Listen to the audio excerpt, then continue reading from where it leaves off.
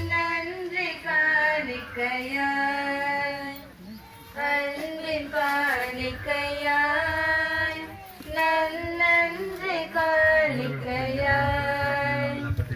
இதய சுரங்களின் இசையிலே கனிந்து சுரந்திடும் ராகங்களே நாளும் நன்றி பலிகள் கொடுத்தல் அவருக்கு ஏற்றது மனமேலதானம் முழங்கியவரை ஏத்தி போற்றுதே நாளும் நன்றி பலிகள் கொடுத்தல் அவருக்கு ஏற்றது மனமேலதானம் முழங்கியவரை எங்களுக்கு வாழ்வழிக்கும் அப்பமாக மாறும்.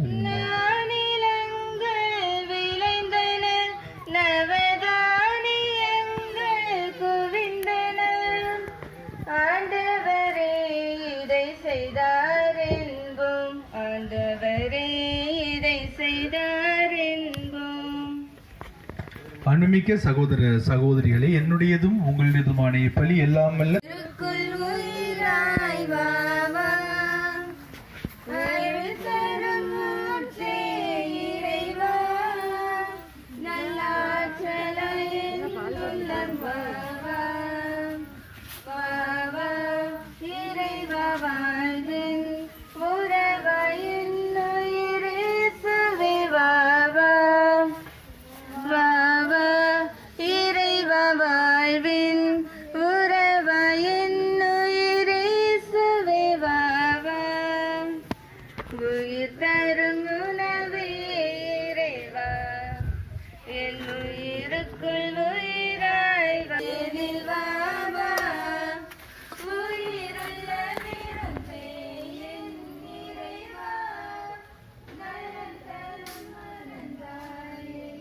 இன்னும் கொஞ்சம் தான், ஒரு 10 நிமிஷத்துல முடிஞ்சிடும்.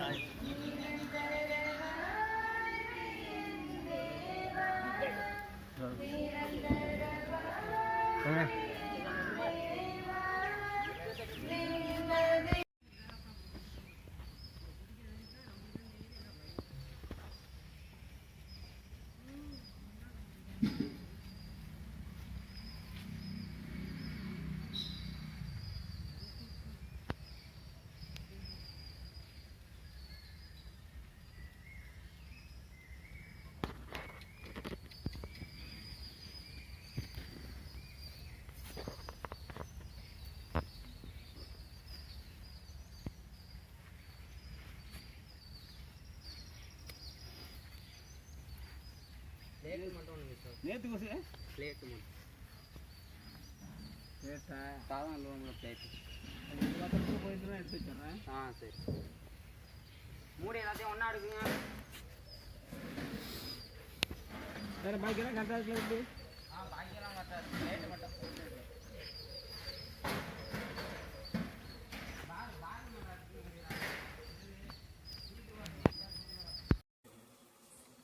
அடுத்ததாக கரியாப்பட்டினம் காட்டுக்கோயில் காட்டு அருளப்பருக்கு அண்ணன் அமல்ராஜ் அவர்களும் அவர்களோடு இணைந்து கிராமமும் சேர்ந்து ஒரு ஷெட்டை ஒண்ணு போட்டிருக்காங்க. நமக்கு தெரியும் அந்த காட்டுக்கோயில கொஞ்சம் இடம் இருக்குது. அதுல நம்ம நீங்க அவ்வப்போது டெம்பரரியா மேல பந்தல் போட்டு நமக்கு பூசை வைப்போம் வருடத்திற்கு ஒரு முறை. இந்த வருடம் அதை ஒரு நிரந்தரமான ஒரு இடமாக மாற்றும்படியாக கீழே தரையெல்லாம் போட்டு பின்னாடி சுருவம் வைக்கிறதுக்கு ஒரு சின்ன வீடை கட்டி மேல ஷெட்டு போட்டு அந்த இடத்தை அழகாக புதுப்பித்திருக்கிறாங்க. முன்னாடி எல்லாம் சுருவம் வச்சு செஞ்சிருக்கிறாங்க. அதனுடைய திறப்பு விழா வருகின்ற ஞாயிற்றுக்கிழமை, அடுத்த ஞாயிற்றுக்கிழமை பிப்ரவரி மாதம் 4ஆம் தேதி புனித அருளானந்தருடைய திருவிழா அன்றைக்கே வைக்கிறாங்க. அது ஞாயிற்றுக்கிழமை வருது. நம்ம காலையில 11 மணிக்கு வச்சிருக்காங்க. அருட்தந்தை அமுதன் அடிகளார் தான் நம்முடைய சமுதாயம் கிறிஸ்தவதாக மாறியதற்கு புனித அருளானந்தர் தான் காரணம். காட்டு அருளப்பர் என்பது அருளானந்தர் தான் என்பதை மெய்ப்பித்தவர் அவர் தான். அதை ஆய்வு செஞ்சு அதை கட்டுரையா எழுதி அதை வெளி உலகத்துக்கு கொண்டு வந்தவர். அவரையே அழைக்கலாம் என்று சொன்னார். ஆகவே அவர் தான் அன்றைக்கு திருப்பலி நிறைவேற்றி பிரசங்கமா வைக்க போனாரு. அருட்தந்தை அமுதன் அடிகளாரும் நம்முடைய முன்னாள் பங்கு தந்தை அருட்தந்தை பன்னீர்செல்வம் அடிகளாரும் திருப்பலிக்கு வருவார்கள். ஆகவே வருகின்ற வாரம் அல்லாமல் அடுத்த வாரம் பிப்ரவரி மாதம் 4ஆம் தேதி காட்டு அருளப்பருக்கான அந்த கோயில் என்று வைத்துக் கொள்வோம். அந்த கோயிலை திறந்து கல்வெட்டுகளை எல்லாம் பதுக்கி இருக்கிறார்கள். உங்கள் அனைவரையும் அதற்கு அன்புடன் கிராமத்தின் சார்பாக அழைக்கிறார்கள் என் மூலமாக. அதற்கு ஏதாவது உங்களால் பொருளாதார உதவிகள் செய்ய முடிந்தாலோ அல்லது அதற்கு ஆடுகள் வழக்கமாக தருகிறவர்கள் ஆடுகள் தருவதாக இருந்தாலோ திருவாளர் அமல்ராஜ் அண்ணனிடம் தரும்படியாக கேட்டுக்கொள்கின்றேன். கடந்த ஆண்டை விட இந்த ஆண்டு சிறப்பாக அவர் நம்முடைய மக்கள் எப்ப மனமாற்றம் அடைந்தார்கள், அருளாளர் எப்ப வந்தார், அருளானந்தர் எப்படி எந்த குடும்பம் மனம் மாறிச்சு, ஏன் மனம் மாறினாங்க, எங்கெங்கெல்லாம் பரவுனாங்க, அதை ஒரு சிறு நூலாக ஒரு 10 பக்கத்துல எழுதி சிறு நூலாகவும் வெளியிட இருக்கிறார்கள். ஆகவே கடந்த ஆண்டை விட இந்த ஆண்டு கணக்கை செம்மையாக செய்து வாட்ஸ்அப்பிலும் சரி பிரிண்ட் எடுத்து உங்கள் எல்லாரிடம் தருவார். ஆகவே நன்கொடை தர விரும்புகிறவர்கள் மற்றும் கிடா தர விரும்புகிறவர்கள் அண்ணன் அமல்ராஜ் அவர்களை நாடுபடியாக உங்களை கேட்டுக்கொள்கின்றேன். அடுத்ததாக நாளைக்கு 9 மணிக்கு ரொம்ப நாள் ஒரு மாசம் கழிச்சு கோயில் வேலையை நாளைக்கு ஆரம்பிக்கிறாங்க. ஒரு 9 மணிக்கு யாரெல்லாம் முடியுமோ நம்முடைய ஆலயத்துக்கு வந்து ஒரு தனி ஜபத்தை செய்துவிட்டு நம்முடைய ஆலய பணியை துரிதமாக செய்ய நாம் ஜெபிப்போம். அதற்கடுத்ததாக தஞ்சாவூரில் இருந்து இன்றைக்கு போர்வெல் போடுவதற்காக வந்திருந்தார்கள். நான் ஏற்கனவே சொன்னேன், நாம் எழுதிய 7.5 லட்சம் ரூபாய் சாங்ஷன் ஆகியிருக்குது. போர்வெலுக்கு பாதியும் ஆர்ஓ சிஸ்டத்துக்கு பாதியும் இருக்கிறது. ஏறக்குறைய 2 வாரத்தில் அந்த வேலை முடிந்துவிடும். நமக்கு நல்ல ஆர்ஓ சிஸ்டத்தில் குடிநீர் நமக்கு கிடைக்கும். அது குறித்தும் நாம் வர இருக்கிற மீட்டிங்கில் கலந்து பேசி எப்படி அதை பகிர்ந்து கொடுப்பது என்பதை பற்றி நாம் தொடர்ந்து பேசுகிறோம். நன்றி கூறி மன்றாட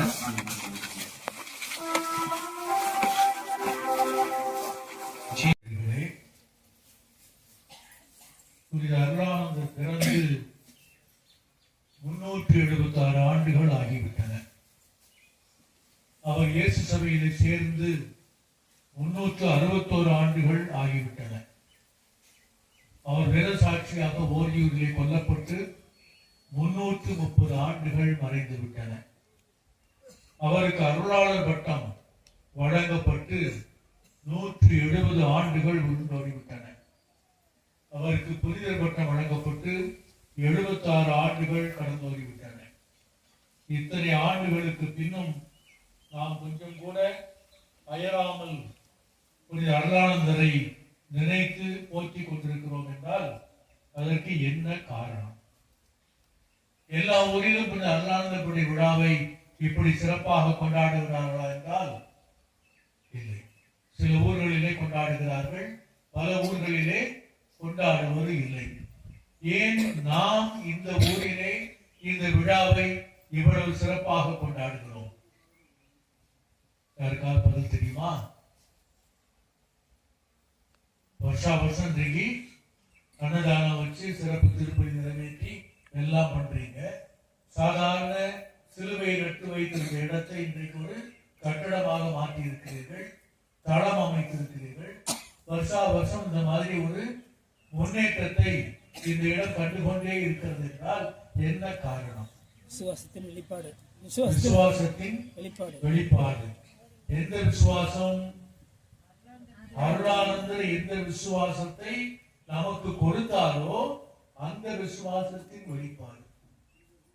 ஏன்னா புனித அருளானந்தர் வந்து இறங்கியது இந்தியாவிலே கோவாவிலே. கோவாவில இருந்து கேரளத்து கொச்சின் அருகிலே உள்ள அம்பழக்காட்டுக்கு படகிலே வருகிறார், சின்ன கப்பலிலே. அந்த அம்பழக்காட்டிலே இருந்து அவர் தமிழ்நாட்டுக்கு பணியாற்ற வர வேண்டும். 2 பாதைகள்.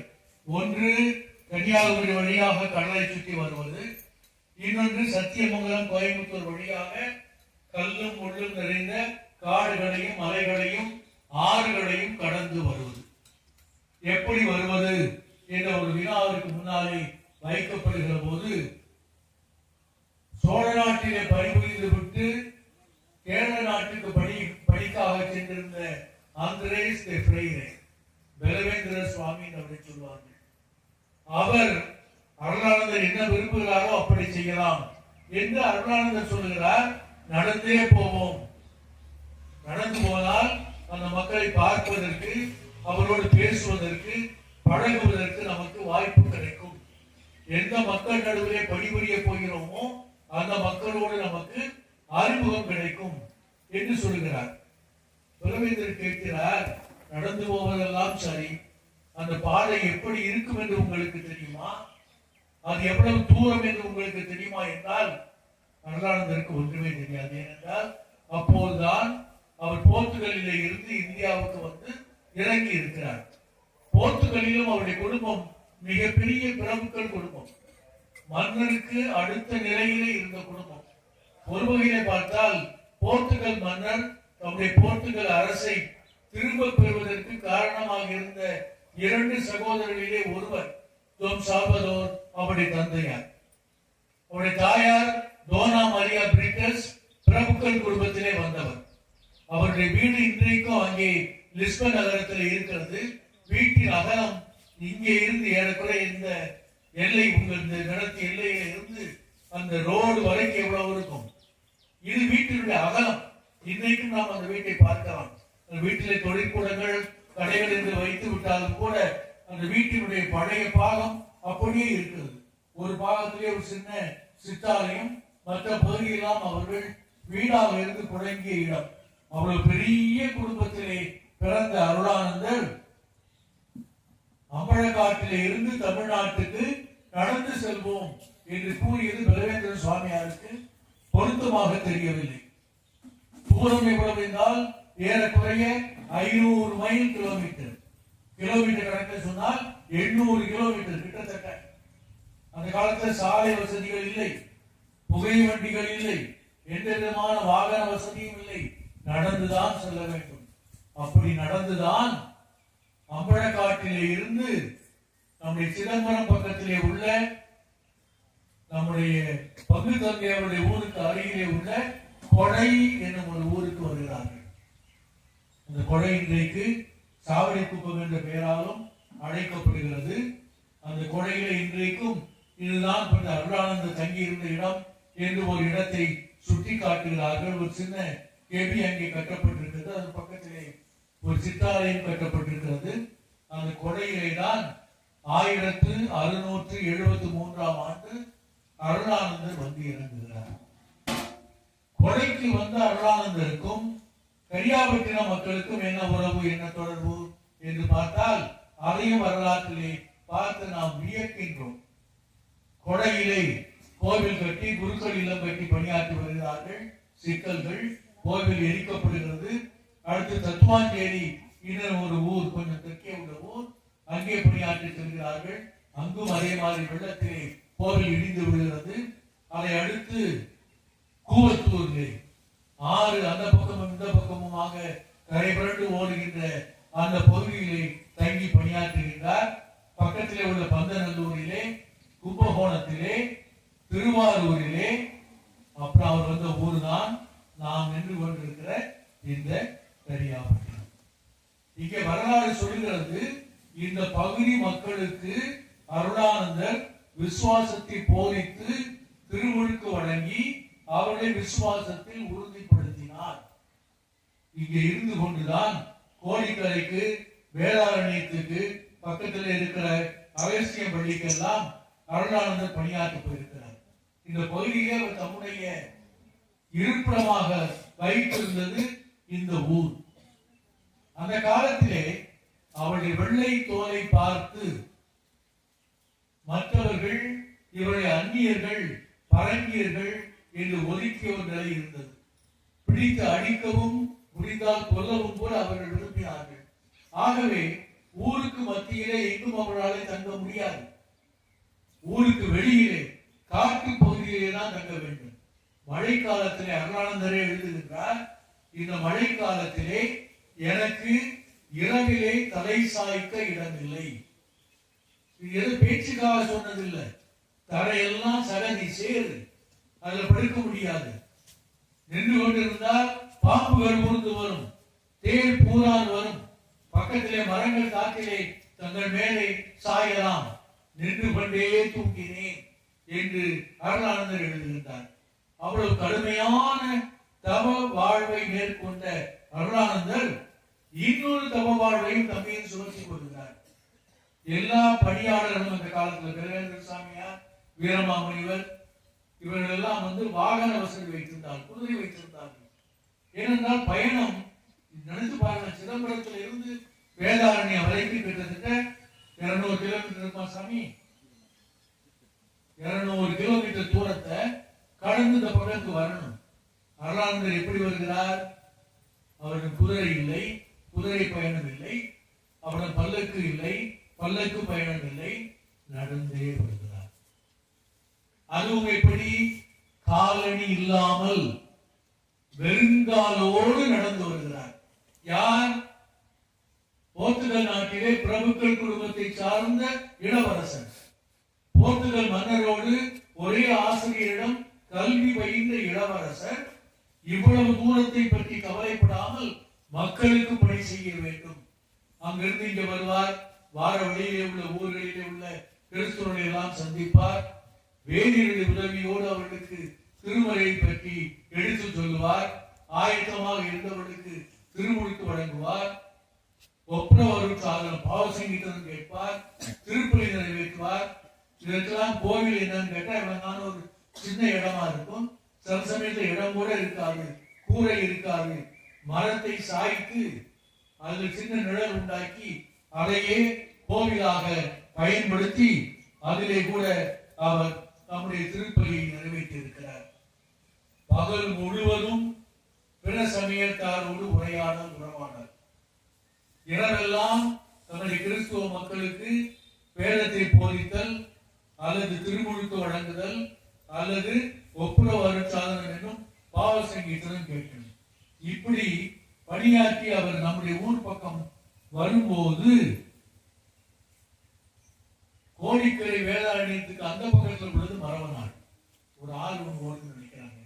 ஆற்றுக்கு அந்த பக்கம் வெள்ளாறுன்னு நினைக்கிறேன். வெள்ளாத்துக்கு அந்த பக்கம் மரவநாடு, இந்த பக்கம் சோழ நாடு. அருளானந்தருக்கு குறிக்கப்பட்ட இடம் சோழ நாடு தான், மரவநாடு இல்லை. ஆனா அந்த மரவநாட்டு மக்கள் அருளானந்தரிடம் வந்து சொல்லுகிறார்கள், எங்க ஊருக்கு சாமியார் வந்து 12 ஆண்டுகள் ஆகிவிட்டன. 12 ஆண்டுகளாக எங்களுக்கு பூசை இல்லை, திருமுழுக்கு இல்லை, பாவசங்கீதனம் இல்லை, அவசிய பூசல் இல்லை. பெயரளவுக்கு நாங்கள் கிறிஸ்துவர்களாக இருந்து கொண்டிருக்கிறோமே தவிர நாங்கள் கிறிஸ்துவர்களாக வாழ்ந்து கொண்டிருக்கவில்லை. ஆகவே எங்கள் நாட்டுக்கு வந்து நீங்கள் சமயப்படி பார்க்க வேண்டும் என்று அழைக்கிறார்கள். ஆனால் மரவ நாட்டிலே கிறிஸ்துவ குருக்களுக்கு இடமில்லை.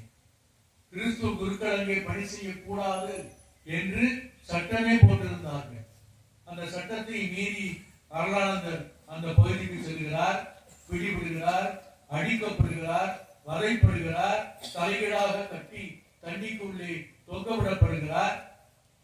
பின்பு மன்னராலே அழைக்கப்பட்டு இனிமேல் இந்த பகுதியிலே நீங்கள் பணி செய்யக்கூடாது என்று எச்சரிக்கப்பட்டு அனுப்பப்படுகிறார். மீண்டும் வருகிறார். போர்த்துகல் நாட்டு பயணத்துக்கு பின்னாலே மீண்டும் வந்து தாம் விட்ட பணியை தொற்று தொடர்கிறார். பிடிபட்டார். ஓரியூரிலே அவர் கொல்லப்பட்டார். அந்த வரலாறு நமக்கு தெரியும். ஆனா எல்லாரும் என்னன்னா அருளானந்தர் சொன்னா எந்த ஊரை நினைக்கிறோம்? ஓரியூரை மட்டும்தான் நினைக்கிறோம். ஓரியூர் அருளானந்தர் கொல்லப்பட்ட ஊர் இல்லை என்று யாரும் சொல்லவில்லை. ஆனால் அருளானந்தர் அங்கு மட்டும்தான் பணி செய்தாரா என்றால் இல்லை. அவருடைய பணியின் பெருங்காலம் நம்முடைய சோழ நாட்டிலே நடந்தது. 1679 ஆண்டிலே அவர் கரையாம்பட்டிருந்து கொண்டிருக்கிறார். 1679 அதற்கு பின்புதான் வேதாரண்யம், கோடிக்கரை, அப்புறம் மரவ நாட்டுக்கெல்லாம் சென்று பணியாற்றி இருக்கிறார். ஆக அவருடைய பணிக்காலத்தின் பெரும்பகுதியை நம்முடைய நாட்டிலே தான் அவர் செலவிட்டிருக்கிறார். ஆகவேதான் நாம் எல்லோரும் இன்றைக்கும் நன்றியோடு புனித அருளானந்தரை கொண்டாடுகின்ற போது என்னன்னு தெரியவில்லை. இந்த திருத்துறைப்பூண்டி பகுதியிலே அருளானந்தர் மீது ஒரு சிறப்பான பக்தி இருப்பதை நான் பார்க்கிறேன். அந்த காலத்தில் ஓரியூரிலே திருநாள் சமயத்திலே நாடகம் போடுவார்கள். அந்த நாடகத்தை ஏற்பாடு செய்தவர் யார் என்றால் திருத்துறைப்பூண்டி தஞ்சாவூர் கிறிஸ்துவ மக்கள். இங்கிருந்து நாடக குழுவை அழைத்து சென்று ஓரியூரிலே அருளானந்த நாடகம் நடத்துவார்கள். நான் சின்ன பையனா இருக்கும்போது அதை பற்றி கேள்விப்பட்டிருக்கிறேன். இன்றைக்கும் அகசியம் பள்ளியிலே ஒரு இடத்தை சுட்டி காட்டுகிறார்கள். ஒரு சின்ன மரச்செல்வி நடப்பட்டிருக்கிறது. அந்த பகுதியிலே தான் அருளானந்தர், அதாவது எப்போதும் ஊருக்கு வெளியில ஊருக்கு உள்ள வாழ அவரால் முடியாது. ஏன் வாழ முடியாது? அவரை பிடித்து அடித்து வளைத்து அவரை மௌனியாக்கி வேதத்தை பற்றி நீங்கள் யாருக்கும் எடுத்து சொல்லக்கூடாது என்று அவரை ஒதுக்கி அனுப்பி விடுவார்கள் அல்லது சிறையில் அடைத்து தண்டிப்பார்கள். பல ஊர்களிலே பல சிறைகளிலே அருளானந்தர் வாங்கியிருக்கிறார். தெற்கே ஒருமுறை பயணமானார். திருநெல்வேலி பக்கத்திலே வடக்கன்குளம் என்ற ஒரு ஊருக்கு சென்ற போது அங்கே உள்ள மக்கள் அவரை பிடித்து சிறையில் அடைத்தார்கள். அங்கே இங்கிருந்து செய்தி வருகிறது, கன்னியாகுமரியிலிருந்து இங்கே கிறிஸ்துவுக்கு எதிராக குழப்பங்கள். என்ன குழப்பம் என்றால், கும்பகோணத்திலே மகாமக திருவிழா. அந்த மகாமக திருவிழாவின் போது கும்பகோணத்திலே அதை சுற்றி உள்ள பகுதியில் இருந்த கிறிஸ்துவர்கள் அந்த இந்து சகோதரர்களை மதித்து போற்றாமல் இடித்தும் படித்தும் அவருடைய மதத்தை பற்றி, அவருடைய விழாக்களை பற்றி, அவருடைய கொண்டாட்டங்களை பற்றி எல்லாம் மூட நம்பிக்கைகள் அது இது என்று பேசியதால் ஒரு கலவரம் வெடிக்கிறது. கிறிஸ்துவர்களை பிடித்து சிறையிலே அடைக்க வேண்டும், முடிந்தால் கொண்டு குவிக்க வேண்டும், அவருடைய ஆலயங்களை இடித்து தகர்க்க வேண்டும் என்றெல்லாம் அரசருடைய ஆணை பிறப்பிக்கப்பட்டு மக்கள் துன்புறுத்தப்படுகிறார்கள். அருளானந்தரோ வடக்கங்குளத்திலே இருக்கிறார். அங்கிருந்து உடனே அவரால் வர முடியவில்லை. வடக்கங்குளம் வந்து இங்கிருந்து ஒரு 300-350 கிலோமீட்டர் தூரம் இருக்கும். கடைசியாக அவர் அங்கிருந்து விடுவிக்கப்பட்டு இங்கே வருகிறார். மக்கள் கும்பகோணத்துக்கு வெளியிலே அவரை பார்த்து தடுத்து நிறுத்தி, நீங்கள் ஊருக்கு உள்ளே வர வேண்டாம், உங்களை பிடித்து சிறையை அடைத்து விட்டால் எங்களுக்கெல்லாம் துன்பமாகிவிடும் என்பது மட்டுமல்ல, எங்களை தேற்றுவதற்கு, எங்களுக்கு வழிகாட்டுவதற்கு, எங்களை ஆற்றுப்படுத்துவதற்கு குருக்கள் இருக்க மாட்டார்கள். கிட்டத்தட்ட சோழ நாடு பாண்டிய நாடு வரைக்கும் கடற்கரை பகுதியை தவிர, நாகப்பட்டினம் தூத்துக்குடி பகுதியை தவிர இந்த பகுதிகளை 8 அல்லது 10 சாமியார்கள் தான் பணி செய்திருக்கிறார்கள். ஒவ்வொருவரும் எவ்வளவு தூரம் பயணம் செய்ய வேண்டியிருக்குன்னு பாருங்க. அருளானந்தர் எழுதுகிறார், நான் ஒரு பங்கிலே பணி செய்து கொண்டிருப்பேன், இன்னொரு இடத்திலே அவஸ்தை என்று அழைப்பு வரும், அந்த ஊருக்கு நான் போய் சேர்வதற்குள்ளாக ஒன்று அவர் இறந்து விடுவார் அல்லது அவர் நலம் பெற்று விடுவார் என்று அவ்வளவு தூரம் பயணமும் பயன் இல்லாததாக போய்விடும். அவ்வளவு தூரங்கள்.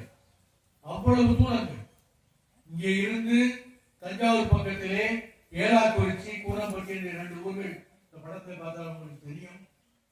கூனம்பட்டி, ஏலாக்குறிச்சி என்ற 2 ஊர்கள் சோழ நாட்டினுடைய மேற்கு பகுதியாக இருந்தன. அங்கே இன்னொரு குரு பணியாற்றி வந்தார். ஆத்திர அவசரத்துக்கு ஒருவருக்கு ஒருவர் உதவியாக வரும்போதெல்லாம் இதுதான் சிக்கல். குருக்கள் உயிரிழக்கும் ஆபத்தான நிலையில் இருந்தால் கூட அவர்களுக்கு அவசிய வழங்குவதற்கு கூட ஆள் கிடைக்காது. அவருடைய வெள்ளை தோல், நான் இன்னைக்கு பெரியதா வெள்ளை தோல்னா ரொம்ப வெள்ளத்தோலா இருந்தா போய் சொல்ல மாட்டாங்க. அவரு இது ஒரு கதை கேட்டு ஞாபகம் இருக்கு. ஆனால் அந்த காலத்துல வெள்ளை தோல் என்றால் அவர்கள் இந்து மக்களுக்கு எதிரானவர்கள்.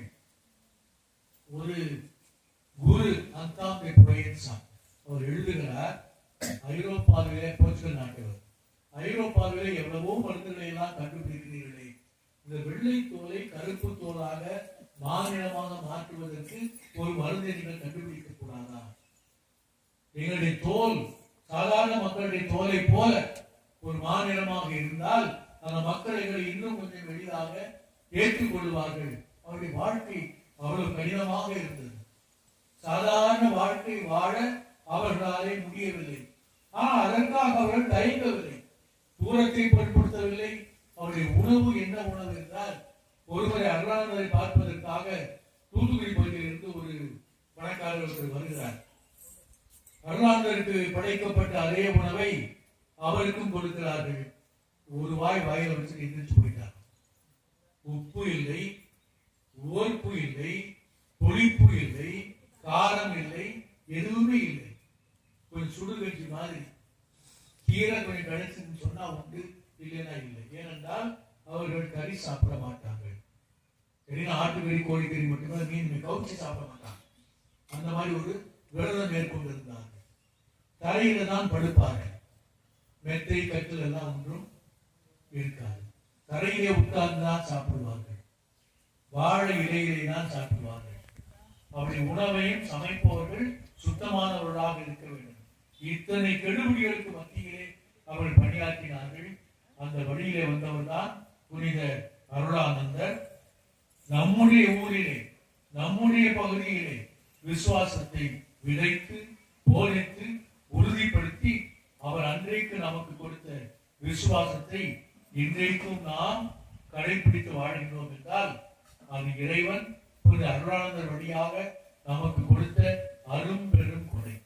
அந்த கொடைக்காக நாம் அருளானந்தருக்கு நன்றி செலுத்துவோம். அருளானந்தர் வழியாக அந்த கொடையை நமக்கு கொடுத்த இறைவனுக்கு நன்றி செலுத்துவோம்.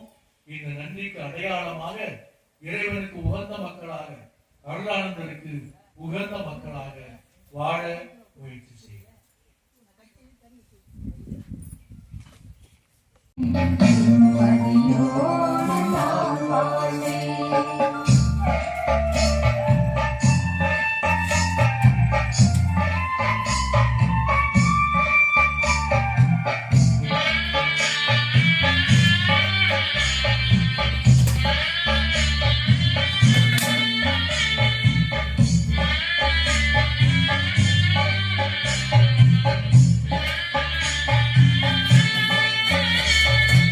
என்று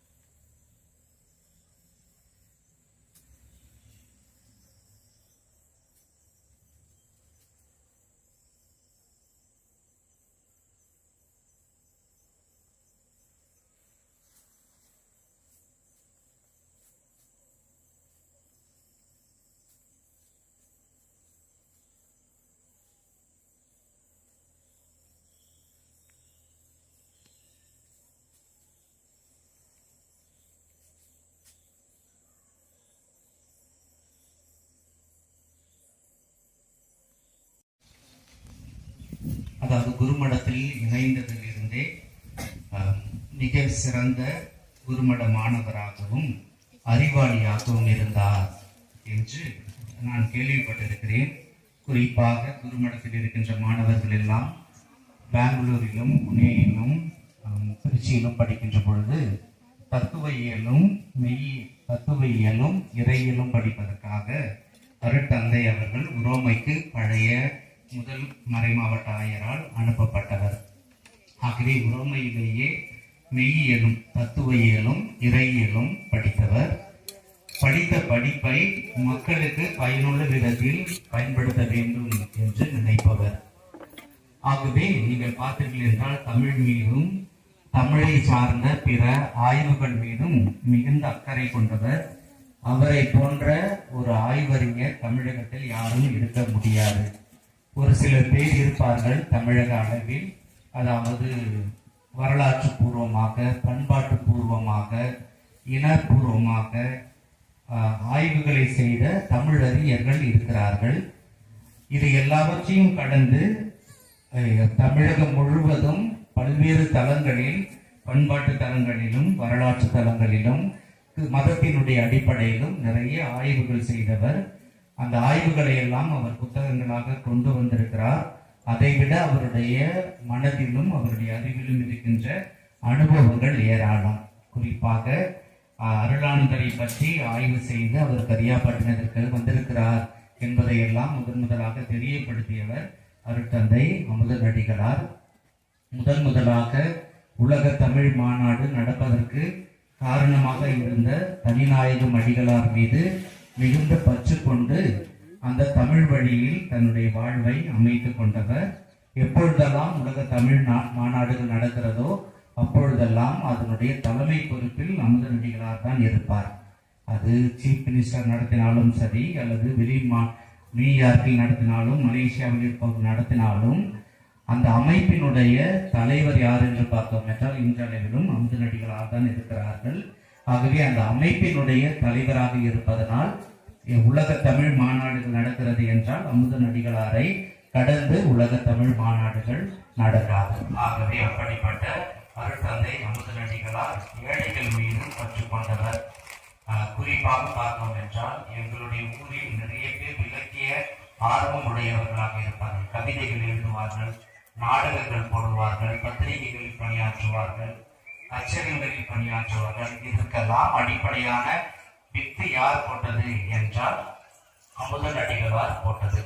அவரிடம் பணியாற்றுகின்ற பொழுது இளைஞர்களாகவும் மாணவர்களாகவும் இருக்கிறவர்கள் பிற்காலத்தில் மிகச்சிறந்த எழுத்தாளர்களாகவும், தமிழ் ஆர்வலர்களாகவும், கவிஞர்களாகவும், நாடக ஆசிரியர்களாகவும், குறிப்பாக எங்கள் ஊர் பகுதிகளில் இருந்து தொன்போஸ்கோ பிரஸில் வந்தவர்கள், அருட்தந்தைக்கு அறிமுகமானவர்கள், இப்படியாக பல பேர் எழுத்தாளர்களாகவும், இலக்கியவாதிகளாகவும், கவிஞர்களாகவும், நாடக ஆசிரியர்களாகவும் மாறியிருக்கிறார்கள். தமிழ் மீதான பற்று அவர் வழியாக எங்கள் ஊர் பகுதிகளில் இருக்கின்ற இளைஞர்களிடம் இருக்கிறது.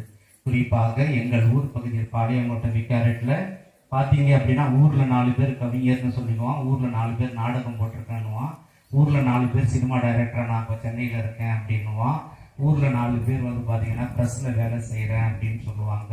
இந்த தமிழ் இலக்கியம், பதிப்புத்துறை, புத்தகம் எழுதுறது, கவிதை எழுதுறது, நாடகம் போடுறது, சினிமா தொழிலுக்கு போகிறது, மீடியாவில் பணி, இதற்கெல்லாம் அடிப்படையான ஊற்றுக்கண் யார் என்று பார்த்தோம் என்றால் அருட்தந்தை அமுதனடிகள். ஆகவே தனிப்பட்ட விதத்திலும் நான் அந்த விதத்தில் அவருக்கு நன்றி கடன் பட்டவராக இருக்கிறேன். குறிப்பாக நானும் எங்கள் அம்மா அப்பாலாம் பெருசாக படிக்கல.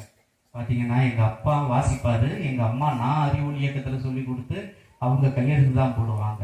ஆனால் நான் வந்து இலக்கியத்தில் ஆர்வம் வருது அப்படின்னாக்க உங்களை போல சின்ன வயசுல கோயிலுக்கு முன்னாடி உட்காந்து நாடகம் பார்த்து, கவிதை வாசிக்கிறத பார்த்து, பாட்டு பாடுறத பார்த்து, நாடகம் போடுறத பார்த்து, கவிதைகள் வாசிப்பதை பார்த்து அந்த இலக்கிய ஆர்வம். அதுக்கு யார் வழிவகுத்தா அப்படின்னா அருட்தந்தை அமுதனடிகளார். அவரை பற்றி சொல்லணும்னா நிறைய சொல்லிக்கொண்டே போகலாம். இப்பொழுதும் ஓய்வு பெற்றதற்கு பிறகாக திருச்சியில் இருக்கின்ற தனிநாயகம் அடிகள் லிட்ரேச்சர் சொசைட்டி என்று நினைக்கிறேன், அதனுடைய தமிழ் லிட்ரேச்சர் சொசைட்டி, அதாவது தமிழ் இலக்கிய ஆய்வு மையம் என்று வைத்துக் கொள்ளுங்கள், அதனுடைய தலைவராக இருந்து ஒரு சிறு கல்லூரியையும் வழிநடத்தி அந்த துறையில் பல பேரை வளர்த்து கொண்டு இன்றடைக்கும் இருக்கிறார்.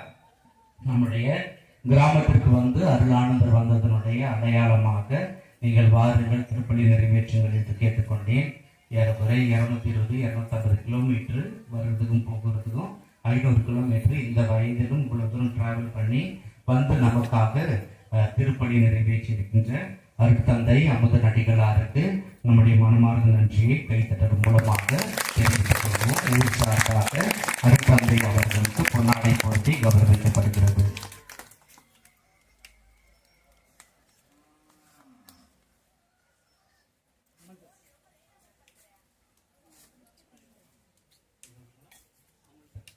திருவாளர் அமல்தாஸ், என்ன ஊரு? கோடாலி வட்டம் அவர்கள் பொன்னாடை போர்த்தி கௌரவிப்பார்கள்.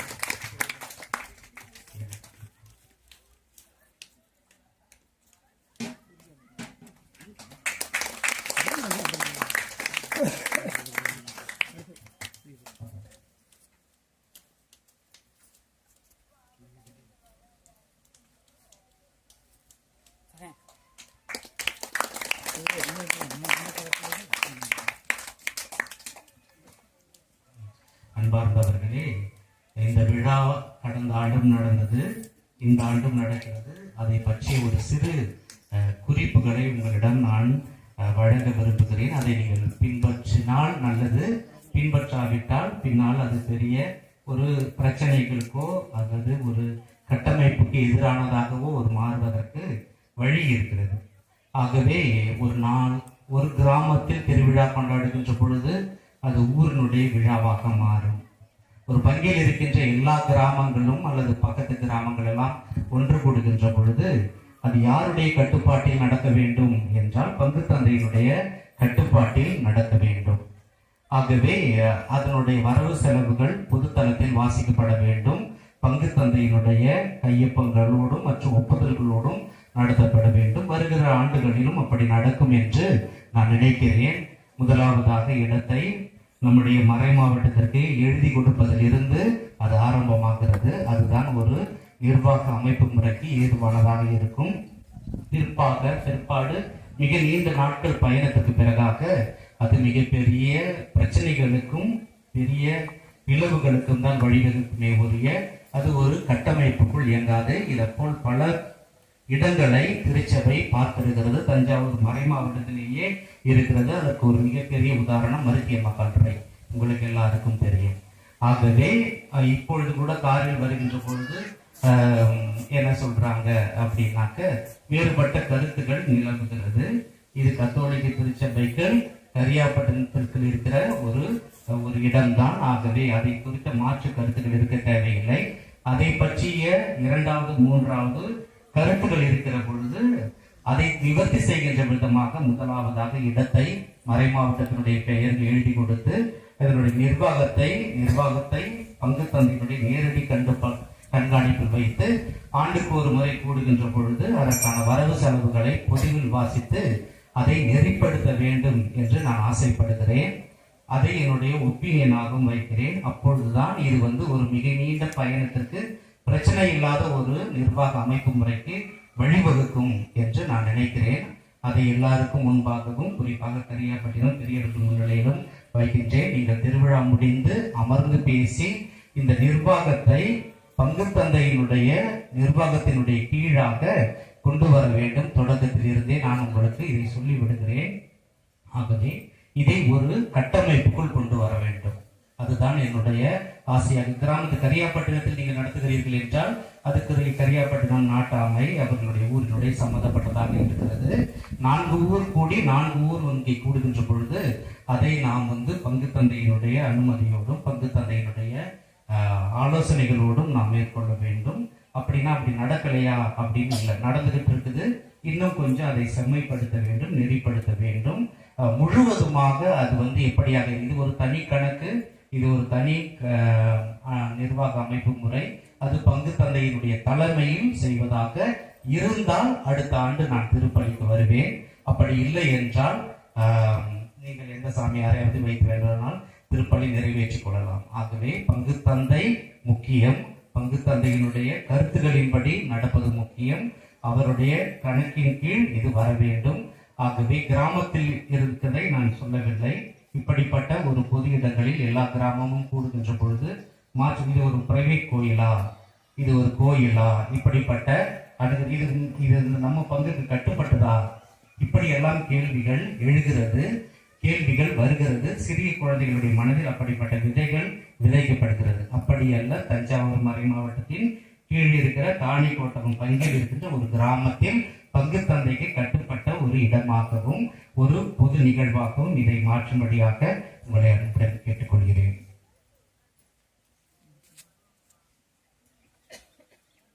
பங்கு தந்தையர்களுக்கு சிறப்பு